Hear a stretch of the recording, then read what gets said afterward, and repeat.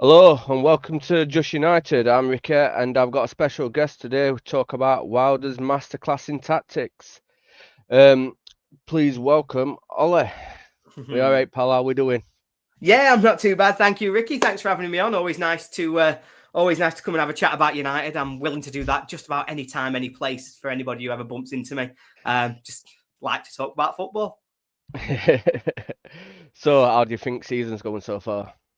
Yeah, I mean, obviously, it's really disappointing, isn't it, at the minute? You know, we've come into this now, lost 4 of his last 5 games, and we've seen automatic promotion slip away from us. But I think it's really important to try and focus on some of that wider context as well. You know, we were talking about it just a little bit off air before.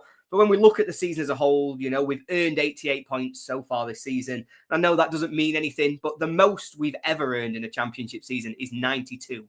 So this is close to being, in terms of points won, in terms of games won, all of that. It's very close to being the best Sheffield United have ever been at this level. It's just that the two teams above us are relentless. Like Leeds and Burnley have been so good. They've really taken it to another level in terms of their performance and the way that they've been able to just kick on and really just never stop putting that pressure on winning games of football. So, yeah, I'm disappointed. I'm really disappointed, particularly at what's happened in the last 2 or 3 weeks. But I'm trying to give myself sort of context about the fact that we were in such a great position and that we have done really well and better than I expected at the start of the season. But yeah, I'm kicking myself and sort of kicking everybody a little bit at the minute. Well, it's totally understandable, isn't it? We had it in our hands and then we just let it go. So, Threw it question away. is, the 4-2-3-1, is it working? Yeah, and it's a huge question, you know, because I think up until only, you know, like I say, 3 weeks ago, you'd probably say, yeah, you'd say it's been brilliant for us in terms of the way we've built this season, in terms of the way that we've put ourselves in pole position. You know, before the Oxford game, we were top of the league, we were a point above Leeds, and we had a game in hand. We were ready. It was right there for us to just kick on, win the league, and we could have been celebrating. Easy as anything, could have been sat here celebrating today, talking about how well it has gone. But instead, we're now looking at missed opportunities and we're looking at the bits that went wrong and actually, suppose to an extent, reevaluating what we've seen before. You know, I've watched Leeds a few times this season. You know, I watched them on Easter Monday and they just win consistently. They just dominate you. What they do is they get their wingers, push them really deep. They get strikers in the box. They have everybody kind of press forward as sort of almost a machine in terms of trying to create chances and score goals. Burnley, we played them and we know exactly what they're going to do. They just give you nothing. I was so impressed between the strength of their sort of centre-half partnerships as well as the midfielders coming deep to help them out. You could see a really clear structure and plan. And I felt as though watching them really sort of made me think about United's season. And actually, you know, we say it was in our hands. We're disappointed with throwing it away. But actually, on performances, this has probably been coming. We're probably not at the level of Leeds. We're not at the level of Burnley. There's a reason they've kicked on and that we haven't. And so much of that does come down to a little bit this performance level, this sort of tactical shape, the way that we're going. Because I feel we're a halfway house. We don't know whether we want to defend really strongly and invite pressure or we want to try and attack teams and hurt them. And so we end up doing a little bit of both, but also kind of neither, particularly since Christmas. I think the first half of the season and the second half of the season are almost two completely different stories in the way United have set up. So I think, yes, for the season to now, the 4-2-3-1 has worked and it has been good for United. I think if we're going to be successful going forward, we probably have to adapt and maybe look at tweaks or changes or things we can do to really re-find that energy and refocus us on getting promotion, because right now it feels a little bit like we've been figured out and we're struggling to find an answer to try and break down teams who know exactly what we're trying to do and know how to stop Gus Harmer. hmm So, coming off that, so you just said you'd say we've been really successful with formation, what we've been playing, but how many games would you say we've been lucky to scrape results out of? Has that been luck or just hard work? Hard work? Yeah. And that's the really difficult part of the question, isn't it? Because I do the weekly show with Gab Sutton, EFL Debate, every week, and we talk about this every week. I used to come on the show and Gab would go, "Oh, see, United won a game. They shouldn't have won again this weekend. I hear that you were rubbish. Could you tell me, is this luck or is it sustainable?" And I said every week, bit lucky to be honest this week. Bit lucky to be honest this week. And then it got to about January, late January, early Feb, and I started saying, you know what? actually, we've earned this. It's not just luck. The fact that we can do it repeatedly, week after week, proves that it's not luck. It proves that actually it's something to do with the commitment the players have got. It's to do with the mentality, to do with the way that we are actually shaping up for these games to stop people being able to get the right side of us. And then it flipped. And that flipped to Oxford. And it feels as though now the tight games are going the other way.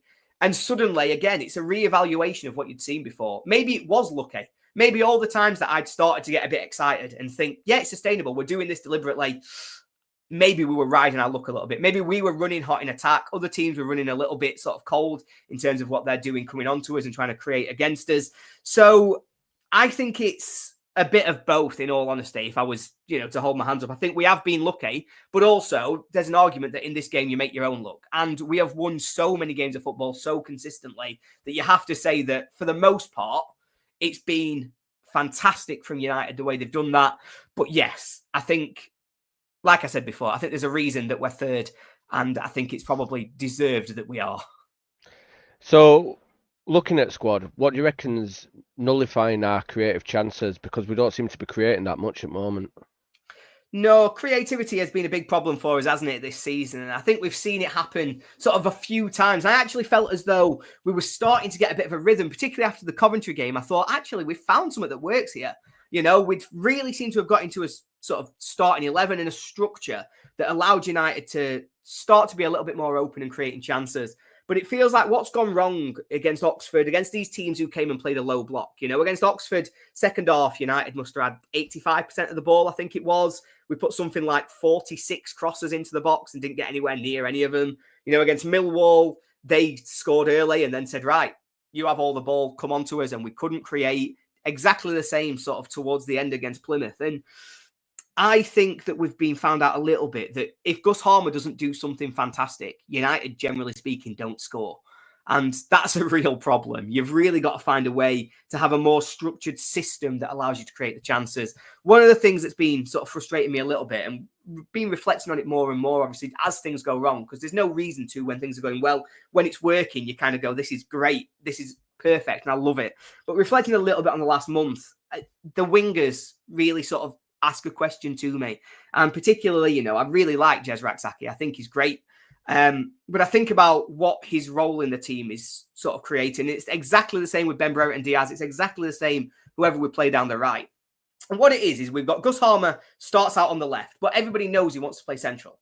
Generally speaking, at best, he plays centre left. He plays in that kind of half space around the corner of the penalty box and tries to come inside. O'Hare or Brewster, whoever it is that's playing there, stays in the 10, stays really central. So you've got two players already moved in, created a bit of a crowded space in the centre of the pitch. And then when Rak-Sakyi gets the ball on the right wing, he has to come inside on his left foot. He's got no option. He can't go down the right and go with his right foot because he's not got one. It's for standing or nothing. So he has to come inside. So suddenly you've crowded this entire space into your three most creative players, all within the width of the box of each other, if not a little bit more than that. And so I think that crowding causes a few problems for us. It means we're not as creative as we could be. And then you have to think, well, maybe we need wingers, proper wingers, or even proper wing backs to get down the line. So that's where I'd be looking. That's the kind of tweak or change I'd be looking to make. Do you not think sitting Harmer at the number 8 spot would be like give him that creative freedom where he can control the game? Because I think since Ollie Norwood left the team, we've kind of missed that person who can dictate the tempo. And there's not many people what can. I mean, you get Robinson whipping them little long passes in now and again, but he's no Suter, is there? So, how do you get the best out of your best players on this team? That's Harmer being one. Been a big question for me all season, that particularly with Gus Harmer, because it does feel a bit weird, doesn't it? Him out on the left wing. But again, he's still being effective. He's still, probably going to win our player of the season. He's still got a significant number of goals and assists, which have contributed to United being where they are in the league and being as successful as we have been. I have been saying, though, for a few weeks that I don't know why we've not seen him central. It might be, and I think I might have seen Wilder reference this in an interview somewhere, that he doesn't want to play central. He's happy with his role on the left. But I do feel as though it means that he's not as involved as we need him to be. Everything good that United tend to do goes through Gustavo Harmer. We saw, if I go back to the Middlesbrough game at Bramall Lane, every single time Harmer got the ball, United looked like they were going to score. He dominated that game of football for an hour. He got injured, I think, a little bit towards the end of the first half, which nullified him a bit. But he dominated that game of football on his own. He put the club on his back and said, right, we're going to win today, and I'm going to be brilliant. And he was, and he created the chances, created the goals. And it was one of United's most consistent games all season, one of the most dominant that we've been against anyone. You then think about the Coventry game, and he did the same again, 20 minutes in when everyone's a little bit nervous, smacks one in the top corner from 30 yards, and you go, right, let's pack up, go home. Best player in the league's done it yet again. So, yeah, I personally, if I was looking at tweaks or changes to get the most out of Harmer, and actually, I referenced it before, to get the most out of Rak-Sakyi or maybe some of those other players in the squad, I'd be tempted to move Harmer into the centre and try and get Rak-Sakyi on his natural wing, play him down the left and see how that works. Let him beat a man and go down to the byline rather than always having to cut inside, limiting that space, not creating the opportunities. I do wonder if it's worth a go. We've got 2 games where you can test now.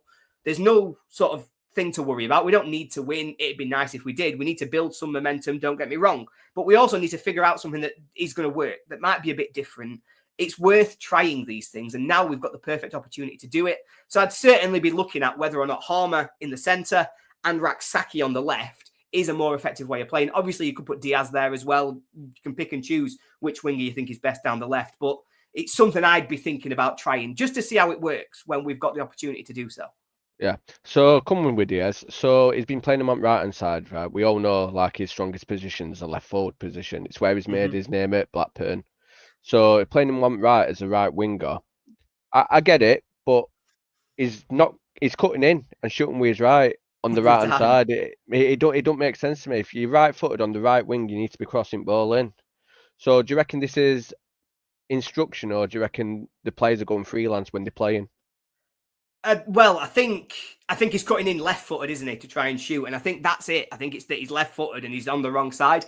And I think it is probably instruction, because the reason I say that is that obviously Rak-Sakyi and Brereton Diaz do exactly the same thing. Whoever plays in that right wing position does exactly the same movement. We see it week after week. Sometimes it works really effectively. Rak-Sakyi against Plymouth, for example, where he got 2, 3, 4 chances all in the same position. But then I would also say that, using exactly the same game as the example, if Rak-Sakyi got a right foot and we've got a right footer down that right wing who didn't have to cut inside, might have scored more than 1 goal, because him cutting inside slows him down, lets the defender get back in. It also tightens the angle, makes it a little bit harder for him. It's an interesting one, but I do think it's the tactical style we're trying to play. We have deliberately put left footers out on that wing to cut inside and to try and create chances in that way. We're not a team who cross the ball ever.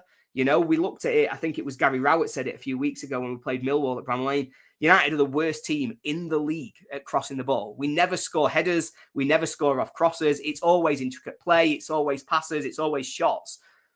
With Kiefer Moore at centre forward, it does feel utterly bizarre that we're not even willing to try wingers and crosses into the box and trying to hurt teams in a different way. It's a way that we see so many other teams do it. We've seen us get hurt with it, with corners, long throws, free kicks, just crosses coming in generally, that it feels bizarre that we've not tried it yet. I have to admit, it's one of the things like I say, we've got a couple of games to test and try. So it's what I would maybe be looking to try and do. Yeah. So obviously we've got O'Hare and we've got Harmer. They controlled Coventry midfield. They were so intricate in their play with Victor Gyökeres. So what's happening? Why is O'Hare not fitting into the squad now? Why is he getting benched all the time? It's confused me, if I'm being honest, that one, because I don't really know the answer to the question. I really like Callum O'Hare. I do. And I thought up until, so when was it that he was dropped? It was Wednesday, wasn't it? Yeah, the game before Wednesday. Yeah, so up until that point, I really felt as though O'Hare had been one of our most important players this season. I think up until that point, he'd only missed 1 game. And he'd come on off the bench and then set up the winner. So it really felt as though he was one of the first names on the team sheet. I think his energy in the press was so important for us. He harried defenders, made sure there was no easy passes for the team to come out. He usually meant that because of his pace and because of the way that he tried to play in the press, they had to start 10 yards further back in the centre of their midfield. You couldn't afford to let him just run at the centre half, sort of almost unchecked, because there was every chance he could win the ball or at least force the mistake. So he felt as though he was the first name on the team sheet. And then obviously Hillsborough happens and Rhian Brewster scores. And you kind of go, is that the goal? The £24 million centre forward that we signed, is this one right here the goal that turns him into that man again? Is it the one that really makes us want him to take us forward, that gets him informed, that gets him firing. So I can understand why he was given a chance, and obviously back that up with another goal against Coventry. So you can start to see it was working, but it went really wrong against Oxford. We saw the Rhian Brewster that we've almost got used to in a red and white shirt, the one who's uninvolved in the game, who's not able to create, who's really struggling to get on the ball, whose pressing's not quite there, who's just not as involved. And so, yeah, I think at that point, it was the right time for O'Hare to come back in. I think his connection with Harmer gives us another option in terms of the way they play, because they can interchange, they can work together, they can link up so nicely in terms of knowing instinctively what each other's going to be doing in terms of their run. So I do think it's a bit weird to me that he did lose his place in the team at the point he did. And it's not a huge shock to me that at the point he lost his place in the team, the results did seem to dip a little bit, because I thought he was so important to knitting together everything that United were doing in terms of trying to create, trying to hurt teams, but also just making sure they couldn't settle on the ball, which is such an important part of the team. Well, what I've noticed is with O'Hare, regardless to where he's playing or all that, he's constantly running. He's either pressing or he's driving forward. What I've noticed with the team is so static at the moment. We'll get the ball and there's no one to break to. Everyone's just stood still. So then they'll pass side to side back to goalkeeper. Let's repeat, straight to centre-backs, either Anello or Robinson, pass to Burrows, pass back to centre-back, pass to Sariki or whoever's on the right-hand side. There's no movement from the defence. There's no movement past that. What do you reckon that is? Because Wilder's clearly said on an interview that he advise his team to do that. He don't tell them to do this. So why are they doing this without being told? I think there's a balance, and I think there's a balance to what United are trying to do in terms of trying to create in that position. Usually the reason that teams play short through defence is to force a press. They want players to come onto them, which creates space in behind where you can flick a ball around the corner, and suddenly you've took 4 or 5 players out of the game just by one quick pass after inviting them into you. But I think United have got it wrong the last few weeks. And again, it's all hindsight, because things have gone so well. It's been such a successful season, but it's the tweaks now that mean that we're ready to go again. That, 4 defeats in 5 doesn't become disastrous for us in the 3 games that really matter now towards the end of the season. So I think what I'd be looking at is, I think there's panic in the centre of defence, and I think that's a big part of the problem. I don't think that Robinson and Anel at the moment feel comfortable receiving the ball. I think there's an element of chaos and panic which has really come into that position in particular. I think it's fed into Cooper. I don't think he's been at his best the last 2 or 3 weeks, particularly with the ball at his feet. And again, I think that comes from he's not confident in passing it into the feet of Robinson or into the feet of Anel, because he's not sure whether it's coming back, if they're going to lose it, if that's going to put him under pressure. So we're all just a bit more almost safe. Everybody's just trying to do the safe option. Nobody wants to be the one to take a risk or a gamble and make a mistake. And that in itself is the mistake. That in itself cuts your legs off, ruins your momentum, means that you've slowed the game down too much. So I think there's a role for O'Hare in there, but I think the bigger role for me is Vinny Souza in that kind of position. I think there's one that if Vinny Souza drops into the team, he's somebody who's always willing to receive the ball. He's willing to take it with his back to goal. He's willing to try and spin his man, to try and get it in pressure, but also to try and progress United forwards. So I think maybe him getting back to full fitness is going to be really important in trying to counter that slow passing. It gives us a better option, somebody who everybody trusts to receive the ball in that position, and who then might be able to give us an outlet to be able to play out and use that strategy a little bit more. Obviously, the other change I'd do is put Rob Holding in there. I think he's, again, a little bit calmer on the ball, just got a little bit more organisation about him, and it's just going to remove the panic. Just says to everybody, look, take a moment. We're going to be all right. Let me get fit. Let me get on the ball. We're good. He's done it for Arsenal at this stage. I'm not saying he's the best player in the world. I don't know if he is. Not seen enough of him at Bramall Lane. But we know that from playing in an Arsenal centre-back, he can pass the ball. And so that would really help us, I think, in terms of just removing some of that panic and chaos that seems to be ruling that kind of position at the minute. Yeah, I couldn't agree more with you. So January comes around, we signed these players. Was January a failure or was it a success? Yeah, it's ultimately we're going to look back on it now as a failure. If I'm being honest, it's brutal, because it's so brutal, because there are so many things we did right. I loved and I was so excited by bringing in Ben Brereton Diaz, and ultimately his goals, his assists, probably say that that's been a really successful signing. He's contributed. I think his performances, particularly since the last international break, have been questionable. I don't think he's been on it. I don't think he's hit top form, but he has really contributed to us when we've needed him to in some big moments to get points, to get goals. So he's been a success. Tom Cannon, I'm going to judge it on the long term rather than the short term because it's too harsh on him. I don't want to write anybody off. You know, he's just got his first goal against Burnley. Really lovely goal, I thought, as well. His movement was beautiful to get him behind that defence. His finish on his left foot is just unstoppable. So hopefully that's a really positive sign of things to come. But obviously for the here and now, it's not been a huge success since he's coming in January. Choudhury, I like a lot. I think that's another tick in the box. It's gone well. And I think, you know, we've brought in Harry Clarke and he's just got injured. Hard to judge. He played four games, something like that. Did he play for us? Something like that. And his season obviously is over now. So really interesting in terms of that one's just not worked. So, you know, the 4 main transfers that I would say are the extras. The 4 extra transfers, I think you'd probably say overall they've been a relative success because of the impact that players like Diaz and Choudhury have been able to have. But when we came into January, we had one job to do. Ultimately, we had one job for the entirety of January. It was replace Harry Souttar. Harry Souttar got injured Boxing Day against Burnley. And to that point, he'd probably been our most important player, arguably been player of the season. We weren't conceding any goals. We'd gone 9 games in a row at Bramall Lane without conceding. We were on track at that stage in terms of goals conceded. We were level with Burnley. That's how good our defence had been up until Boxing Day. We'd kept 15 clean sheets by Boxing Day. We've only kept 6 since that point. That's how good the first half of the season was with him. And so the transfer that mattered more than any other in January was, of course, Rob Holding. And so Rob Holding comes in to replace Harry Souttar and has played, I think he started twice. That can only be looked at as a failure because it didn't address the glaring hole in the centre of our team. It didn't make up for the fact that we'd lost one of our most influential players and we had a full month to find the right profile. And clearly what we ended up with was somebody that Chris Wilder doesn't trust to be able to play in that position. I think if we reflect on exactly what's gone wrong against Oxford, it's a long throw into the box that nobody deals with. Harry Souttar deals with that situation. A big, physically dominant centre-half deals with it in that situation. Against Millwall, a big, strong centre-forward bullied Jack Robinson to get himself through on goal. Now, in that profile of player, he was always gonna. I could have told you before kickoff that that style of player was going to be a problem for Robinson to handle because he was big, physical, and too strong for him. So he's bullied past him, scored his goal. We then go to Plymouth and corner into the box.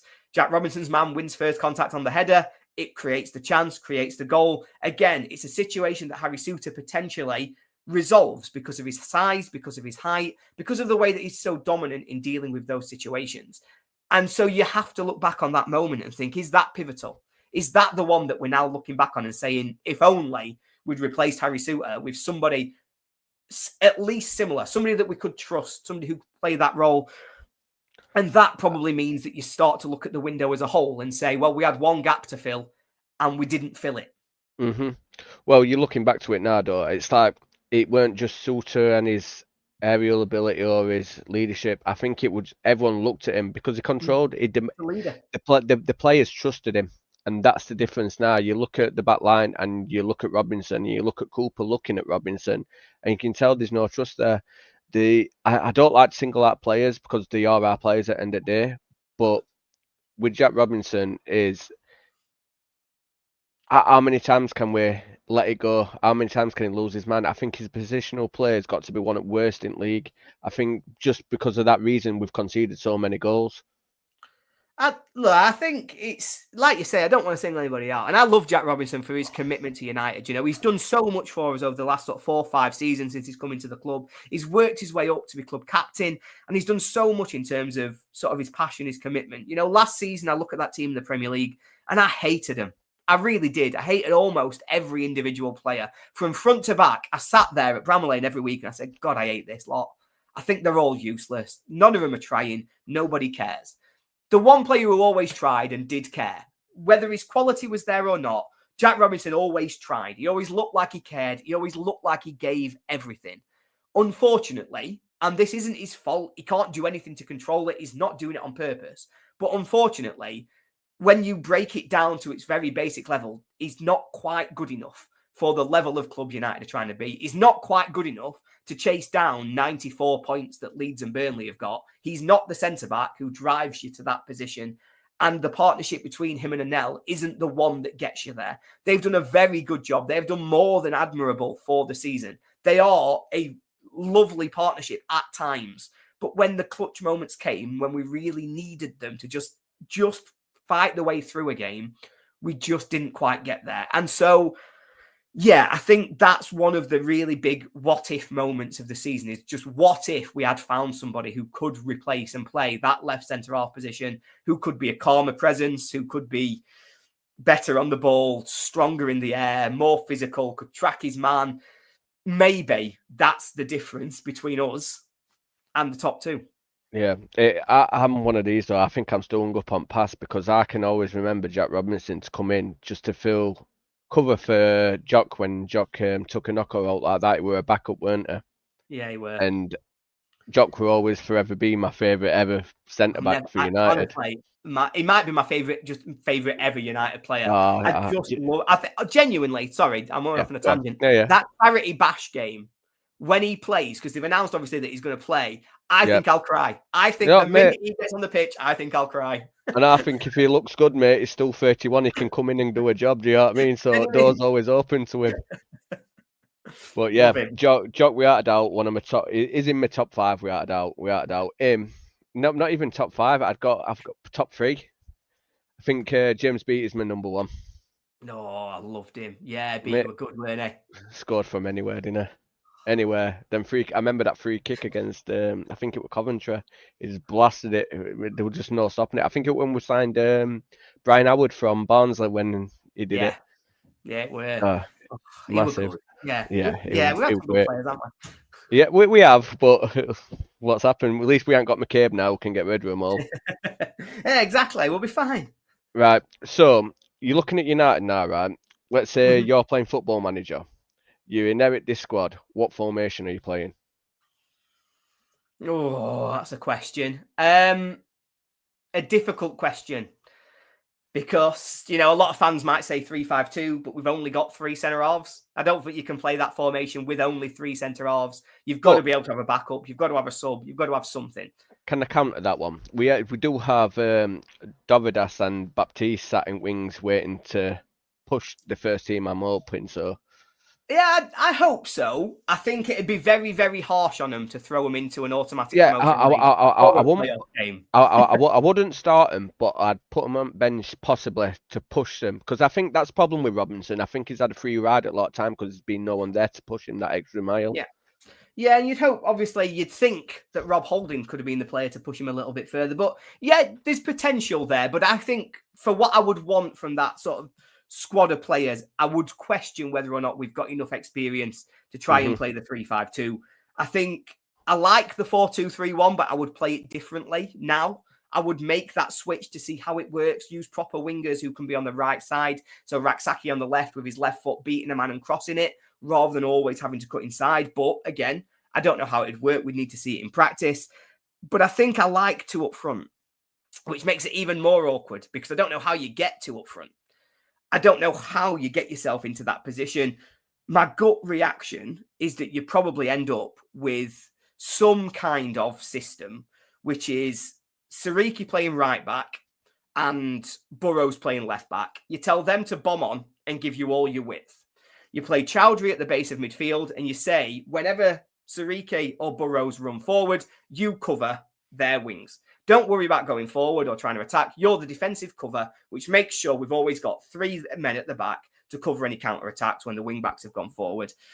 You then have your 2 in midfield, which is Vinny Souza doing his normal role and Sidney Peck doing his normal role. They're there to give you both a little bit of attacking solidity because they can back up your man if they need to, but also their extra defensive cover. Potentially, if both wing-backs have gone, you might want 2 people able to drop in, and the ground that Souza can cover is ridiculous. Which probably then means I'm playing a diamond in midfield with Harmer at the front of it. And then your 2 up front. Now, for me, the 2 up front would probably have to be Campbell and Moore because I think they're the best partnership we'd be looking at. But there's obviously a chance that you want to put Cannon in there or the others. That's where I would land today. And it's something we've never done. I don't know if it would work. I don't know if I would change it today for the playoffs because I just don't see how the players would react to it. So I'd probably, for the playoffs, say, do what we've done so far. It's worked to this point to the tune of 88 points from 44 games. That is so much better than everybody else. It's 20 points more than Coventry in 6th. It's 10 more than Sunderland in 4th. It is the 3rd best team in the league. It's the team who deserve to be promoted through the playoffs. But if I was given free reign and we haven't been promoted in the summer, I'd maybe want to look at something like that with this squad of players. Right. So me, I'd go for a 4-3-1-2. Yeah. And what I'd do is I'd have Armour up left-hand side, Sousa at middle, Peck on right. I'd have Siriki and Burrows on wings, well, at left back, right back, and I'd have them bombing forward, so we've always got 5 people attacking at once. And then what I'd have Sousa dropping down and splitting Enel and Robbo, so you've got a back 3 there to sweep the back line, giving room for Armour and O'Hare to push forward. That's what I do, but I would play Campbell and Cannon up front because I think Moore's good. I'm not saying he's bad, but we're not playing to his strengths. And with the formation, what I've just said, we still won't be playing for his strengths because I can't see crosses coming in. So if we're going to be playing it on feet, I think them 2 are your best people to play towards feet. Yeah, I can see that. And I think their movement would be really interesting how they interplay.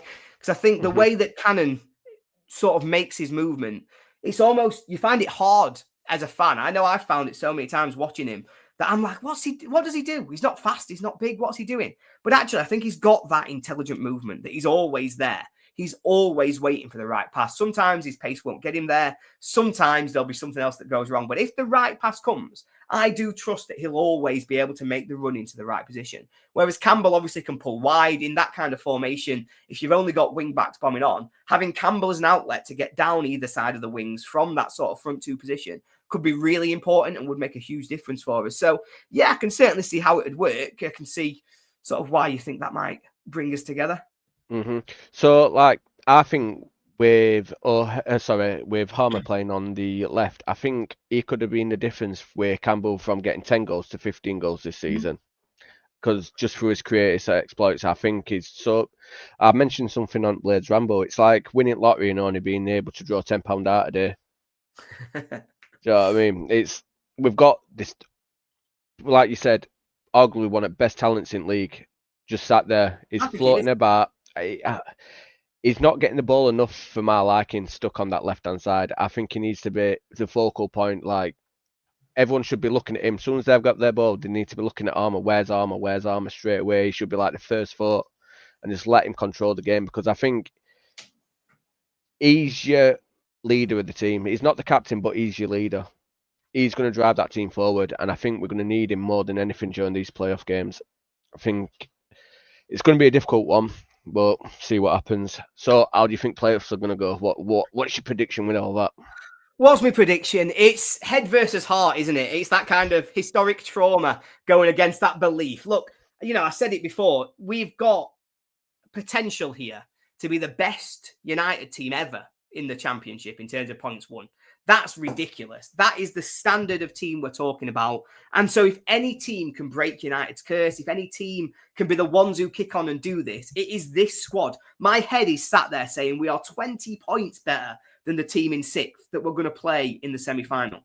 We are at worst 10 points better off than anybody else we can play in the final at Wembley. We are considerably better than every other team in this division that won't already have been automatically promoted. We can win these playoffs. We should win these playoffs. We are a fantastic team.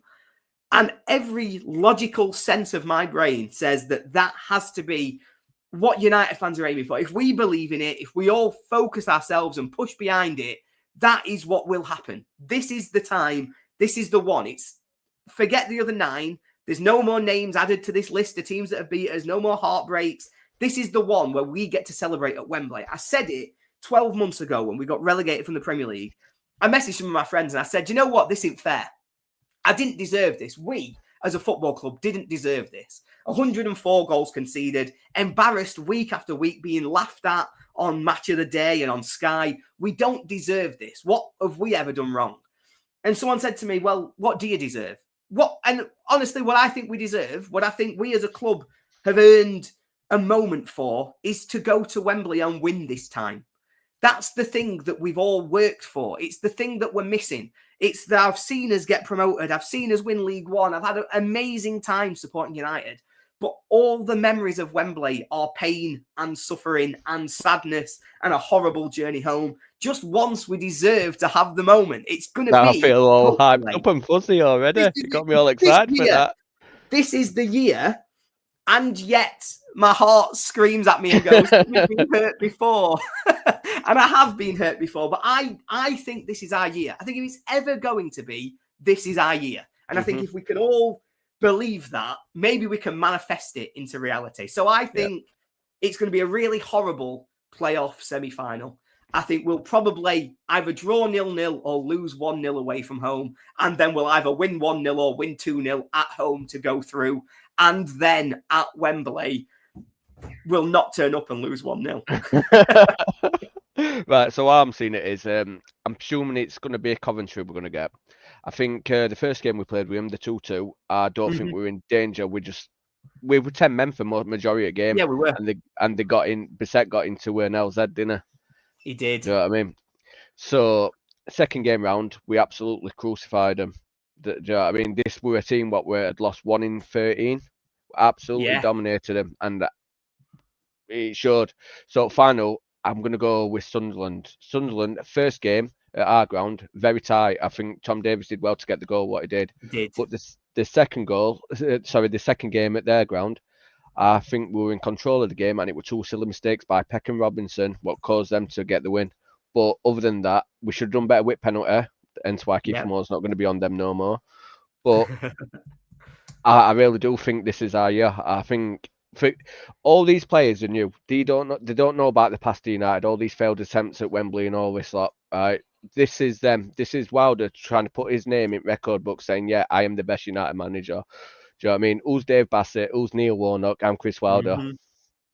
And this is how he does it. Yeah, and I think I really do think this is our year. And my kids, I'm going to be taking my kids down to Wembley, hopefully celebrating, and they won't have this heartbreak what we've had. Do you know what I mean? They won't know about. They don't have to feel it. Sat on cop watching Nathan Byrne dribble all the way from the defence all the way up and scoring a goal. Do you know what I mean? Against Swindon, that no offence to Swindon, but do you know what I mean? They won't have them memories. Yeovil was worse. Still Yeovil. Oh God. I know. But the time when we lost to Wolves, I thought that were it. I thought we were going to be big time then, and then we were. Do you know what? We were the best team in the Championship that year. Yeah, we'd been so good. We'd dominated so many teams. We turned up to Cardiff, wasn't it, that day? And I was so certain. That felt like that year. Yeah, we were good that year. Yeah, where do you remember when we beat Liverpool in Cup? It was amazing. Yeah, Michael Tom, what a guy. Yeah, Tonga. It's like we need to get that atmosphere back, the belief we can. Do you know what I mean? I think that's what it's lacking at the moment. I think last year it's knocked a lot of people very badly. Yeah. And we need to snap out of it. What will be just go to the game and enjoy it. The players can't get going if you can't get behind players. And give them everything, particularly playoffs, semi-finals, Wembley. Give them absolutely everything. Because if we do, there's no reason this can't be the year. Yeah, no reason at all. Exactly. So on that note, I think I'm going to end it. So it's been a pleasure, Ola. You're always welcome back. And I'd like to say thank you for you coming on. Anytime. Thank you very much for having me. Thank you very much. Enjoyed myself this evening. And all the best, obviously, with the channel. I'm sure we'll collaborate a little bit more going forward. Yeah, hopefully. Right, I'll see you later. Cheers, mate. Right.